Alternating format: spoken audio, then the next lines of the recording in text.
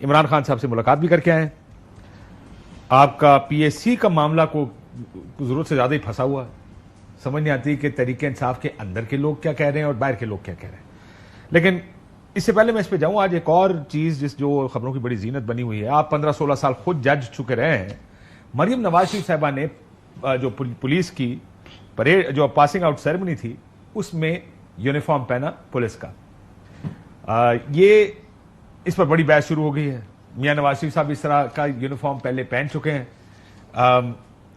جو قانون کہتا ہے اس پر کہ اگر if any person not being a member of the police wears without authorization, یعنی آپ کو اس کی اجازت لینی پڑتی ہے formal, uniform of police or any dress having the appearance of bearing any of the distinctive marks of police uniform, he shall on conviction be punished with the imprisonment of a term which may extend to 3 years or with fine up to 100,000 rupees or both.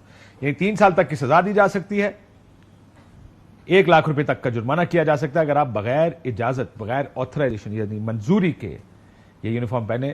منظوری کس سے لینی ہے اور کیا منظوری لی گئی تھی؟ لیکن یہ مروت صاحب کو بہت بڑا ایشو ہے. یہ جو سیکشن آپ نے پڑھا ہے یہ ذرا بتائیں گے کہ کون سا سیکشن آپ نے پڑھا؟ یہ 151.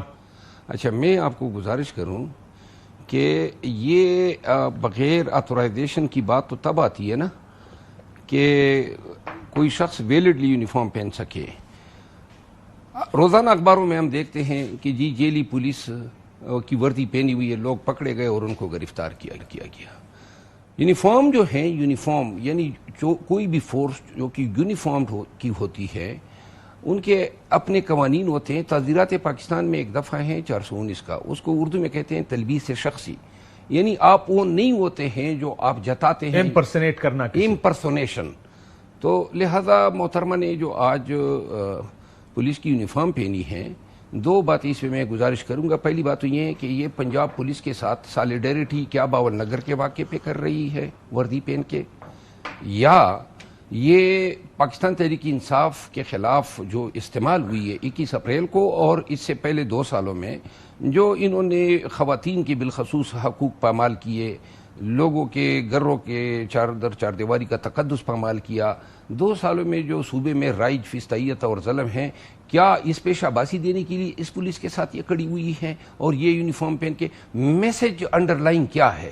یعنی کچھ عرصہ قبل آرمی چیف صاحب آئے اور آئی جی اور پولیس کو شاباشی دی, اور اس کے بعد جو ہے یہ دوسرا ایونٹ ہے, انسیڈنٹ ہے. یہ تو خود مجھے پی ٹی آئی والے یا کچھ دوست احباب کہتے ہیں کہ بھائی کبھی تم رنگین کلر کے شرٹ پہن لیتے ہو, کبھی کوٹ پہن لیتے ہو. محترمہ تو ہماری بھی باجی نکل گئی, 10 قدم آگے چلی گئی اور پولیس کی یونیفارم پہن کے آ گئی. مسئلہ یہ کہ آپ نے ایک تو قانونی تقاضے ہیں سب میں, لیکن چلو انہوں نے پہن بھی لیا. آپ لوگ کو زیادہ, کیونکہ اس میں بیان بازی تو ہوگی میرا خیال ہے, لیکن اس سے آگے شاید معاملہ قیدیوں کا لباس پہن لیتی, خواتین قیدیوں کا لباس پہن لیتی.